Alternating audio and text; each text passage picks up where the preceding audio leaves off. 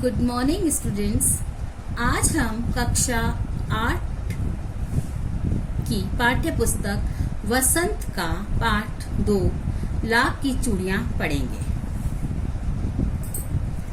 जिसके लेखक हैं कामता नाथ। सबसे पहले बच्चों हम पाठ का सार समझेंगे और उसके बाद अपना पाठ शुरू करेंगे। लेखक कामता नाथ द्वारा लिखित पाठ लाख की चूड़ियां बदलू नामक व्यक्ति से संबंधित है। बदलू लाख की चूड़ियां बनाने वाला एक मशहूर कारीगर है जो बहुत सुंदर सुंदर चूड़ियां बनाता था। उसकी चूड़ियां दूर दूर के गांवों तक प्रसिद्ध थी।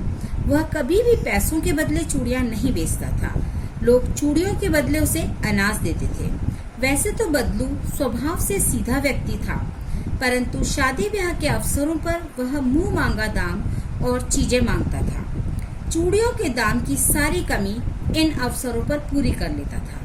बदलू को कांच की चूड़ियों से बड़ी चिढ़ थी।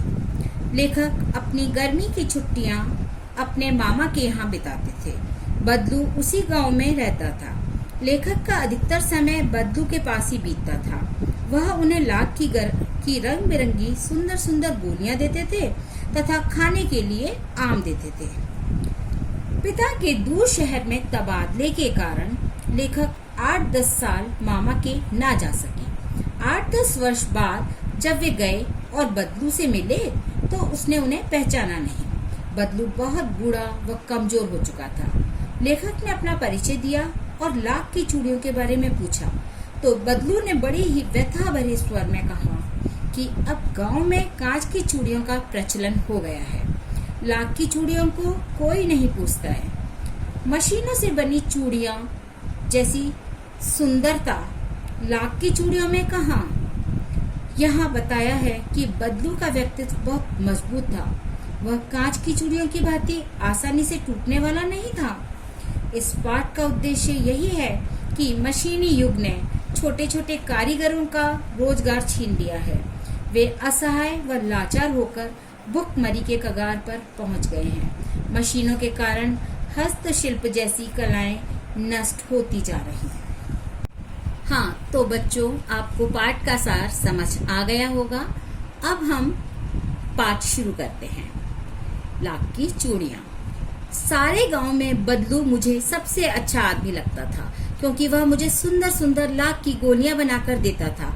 मुझे अपने मामा के गांव जाने का सबसे बड़ा चाव यही था कि जब मैं वहां से लौटता था तो मेरे पास ढेर सारी गोलियां होती, रंग बिरंगी गोलियां जो किसी भी बच्चे का मन मोह ले। वैसे तो मेरे मामा के गांव का होने के कारण मुझे बदलू को बदलू मामा कहना चाहिए था, परंतु मैं उसे बदलू मामा न कहकर बदलू काका कहा करता था, जैसा कि गांव के सभी बच्चे उसे कहा करते थे। बदलू का मकान कुछ ऊंचे पर बना था।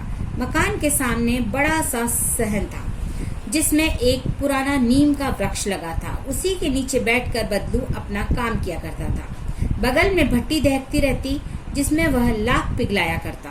सामने एक लकड़ी की चौखट पड़ी रहती जिस पर लाख के मुलायम होने पर वह उसे सलाख के समान पतला करके चूड़ी का आकार देता। पास में 4-6 विभिन्न आकार की बेलन नुमा मुंगेरियां रखी रहती हैं।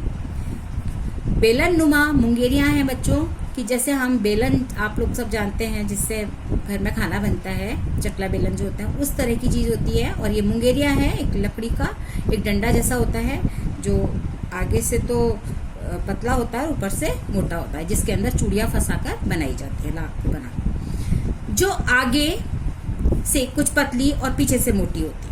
लाख की चूड़ी का आकार देकर वह उन मुंगेरियों पर चढ़ाकर गोल और चिकना बनाता और तब एक एक कर पूरे हाथ की चूड़ियां बना चुकने के पश्चात वह उन पर रंग करता। बदलू यह कार्य सदा ही एक मचिए पर बैठकर करता था। मचिए यानी खाट, जो बहुत ही पुरानी थी। बगल में ही उसका हुक्का रखा रहता जिसे वह बीच बीच में पीता रहता। गांव में मेरा दोपहर का समय अधिकतर बदलू के पास बीतता। वह मुझे लला कहा करता और मेरे पहुंचते ही मेरे लिए तुरंत एक मचिया मंगा देता। मैं घंटों बैठे बैठे उसे इस प्रकार चूड़ियां बनाते देखता रहता। लगभग रोज ही वह 4-6 जोड़े चूड़ियां बनाता। पूरा जोड़ा बना लेने पर वह उसे बेलन पर चढ़ाकर कुछ क्षण चुपचाप देखता रहता, मानो वह बेलन न होकर किसी नववधु की कलाई हो। बदलू मनिहार था। मनिहार यानी चूड़ी बनाने वाला। चूड़ियां बनाना उसका पैतृक पेशा था और वास्तव में वह बहुत ही सुंदर चूड़ियां बनाता था। उसकी बनाई हुई चूड़ियों की खपत भी बहुत थी। उस गांव में भी तो सभी स्त्रियां उसकी बनाई हुई चूड़ियां पहनती ही थी। आसपास के गांव के लोग भी उससे चूड़ियां ले जाते थे, परंतु वह कभी भी चूड़ियों को पैसों से न बेचता था। उसका अभी तक वस्तु विनिमय का तरीका था। बच्चों, वस्तु विनिमय यानी कि एक वस्तु के बदले दूसरी वस्तु लेना। उसमें पैसे नहीं लिए जाते हैं, वस्तु के बदले वस्तु ली जाती है और लोग अनाज के बदले उसे चूड़ियां ले जाते थे। बदलू स्वभाव से बहुत ही सीधा था। मैंने कभी भी उसे किसी से झगड़ते नहीं देखा था। हाँ, शादी विवाह के अवसर पर वह अवश्य जिद पकड़ जाता था। जीवन भर चाहे कोई उससे मुफ्त चूड़ियां ले जाए, परंतु विवाह के अवसर पर वह सारी कसर निकाल लेता था। आखिर सुहाग के जोड़े का महत्व ही होता है। मुझे याद है, मेरे मामा के यहाँ किसी लड़की के विवाह पर जरा सी बात पर बिगड़ गया था और फिर उसका मनाने में लोहे लग गए थे। विवाह में इसी जोड़े का मूल्य इतना बढ़ जाता था कि उसके लिए उसकी घरवाली को सारे वस्त्र मिलते, ढेरों अनाज मिलता, उसका अपने लिए पगड़ी मिलती और रुपए मिलते सो अलग। यदि संसार में बदलू को किसी बात से चिढ़ थी तो वह थी कांच की चूड़ियों से। यदि किसी भी स्त्री के हाथों में उसे कांच की चूड़ियां दिख जाती तो वह अंदर ही अंदर कुर्ज उठता था और कभी कभी तो 2-4 बातें भी सुना देता था। मुझसे तो वह घंटों बातें किया करता। कभी मेरी पढ़ाई के बारे में पूछता, कभी मेरे घर के बारे में और कभी यूं ही शहर के जीवन के बारे में। मैं उससे कहता कि शहर में सब लोग कांच की चूड़ियां पहनते हैं, तो वह उत्तर देता, शहर की बात और है लल्ला, वहां तो सभी कुछ होता है। वहां तो औरतें अपने मर्द का हाथ पकड़कर सड़कों पर घूमती भी हैं और फिर उनकी कलाइयां नाजुक होती हैं ना, लाख की चूड़ियां पहने तो मूछ ना आ जाए। बच्चों, इसमें जो बदलू है वो एक कटाक्ष कर रहा है इस चीज पर कि लोग कांच की चूड़ियों को महत्व देते हैं और वो उनसे बहुत चिढ़ता है। कभी कभी बदलू मेरी अच्छी खासी खातिर भी करता। जिन दिनों उसकी गाय के दूध होता वह सदा मेरे लिए मलाई बचा कर रखता और आम की फसल में तो मैं रोज ही उसके यहाँ से 2-4 आम खा आता। परंतु इन सब बातों के अतिरिक्त जिस कारण वह मुझे अच्छा लगता वह यह था कि लगभग रोज ही वह मेरे लिए 1-2 गोलियां बना देता। मैं बहुधा हर गर्मी की छुट्टियों में अपने मामा के यहाँ चला जाता और 1-8 महीने वहाँ रहकर स्कूल खुलने के समय तक वापस आ जाता। पर 2-3 बार ही मैं अपने मामा के यहाँ गया होऊंगा। तभी मेरे पिता की एक दूर के शहर में बदली हो गई और एक लंबी अवधि तक मैं अपने मामा के गांव में न जा सका। तब लगभग 8-10 वर्षों के बाद जब मैं वहां गया तो इतना बड़ा हो चुका था कि लाख की गोलियों में मेरी रुचि नहीं रह गई थी।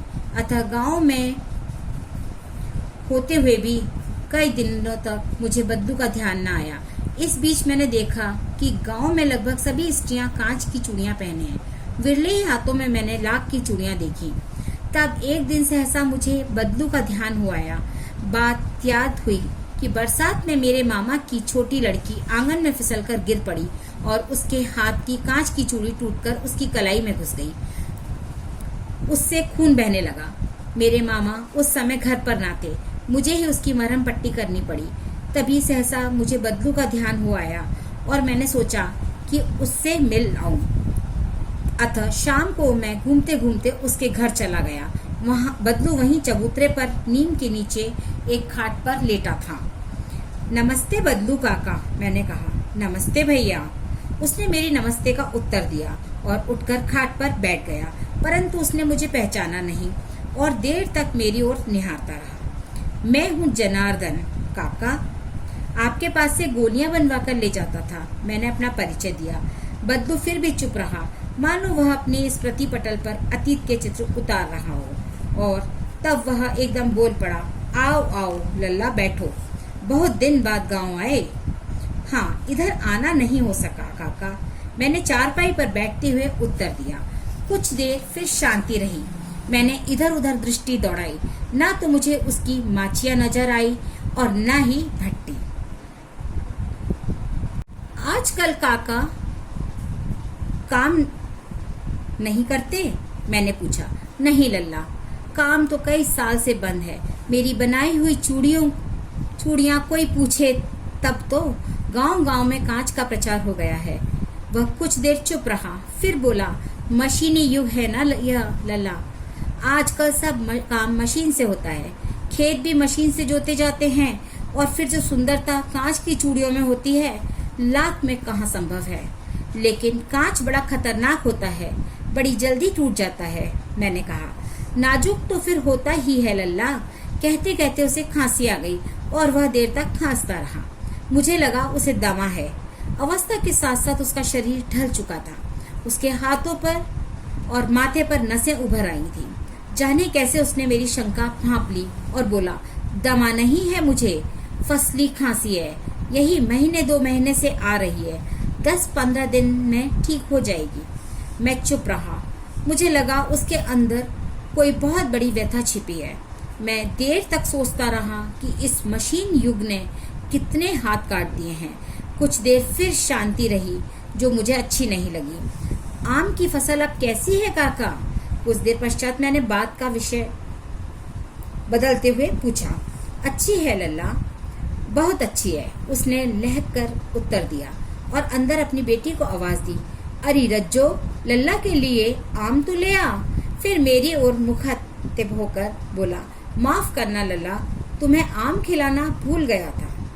नहीं नहीं काका, आम तो इस साल बहुत खाए हैं। वाह वाह, बिना आम खिलाए कैसे जाने दूंगा तुमको। मैं चुप हो गया। मुझे वे दिन याद हो आए जब वह मेरे लिए मलाई बचा कर रखता था। गाय तो अच्छी है ना काका? मैंने पूछा।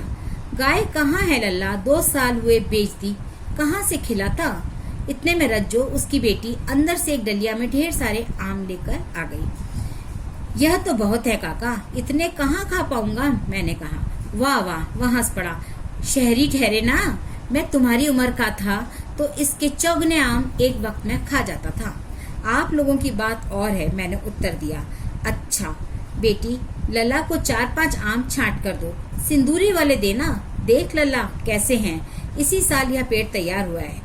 रज्जो ने 4-5 आम अंजलि में भरकर मेरी ओर बढ़ा दिए। आम लेने के लिए मैंने हाथ बढ़ाया तो मेरी निगाह एक क्षण के लिए उसके हाथों पर ठिठक गई। गोरी गोरी कलाइयों पर लाख की चूड़ियां बहुत ही फप रही थी। बदलू ने मेरी दृष्टि देख ली और बोल पड़ा, यही आखिरी जोड़ा बनाया था जमींदार साहब की बेटी के विवाह पर। 10 आने पैसे मुझको दे रहे थे, मैंने जोड़ा नहीं दिया। कहा शहर से ले आओ। मैंने आम ले लिए और खाकर थोड़ी देर पश्चात चला गया। मुझे प्रसन्नता हुई कि बदलू ने हार कर भी हार नहीं मानी थी। उसका व्यक्तित्व कांच की चूड़ियों जैसा न था कि आसानी से टूट जाए।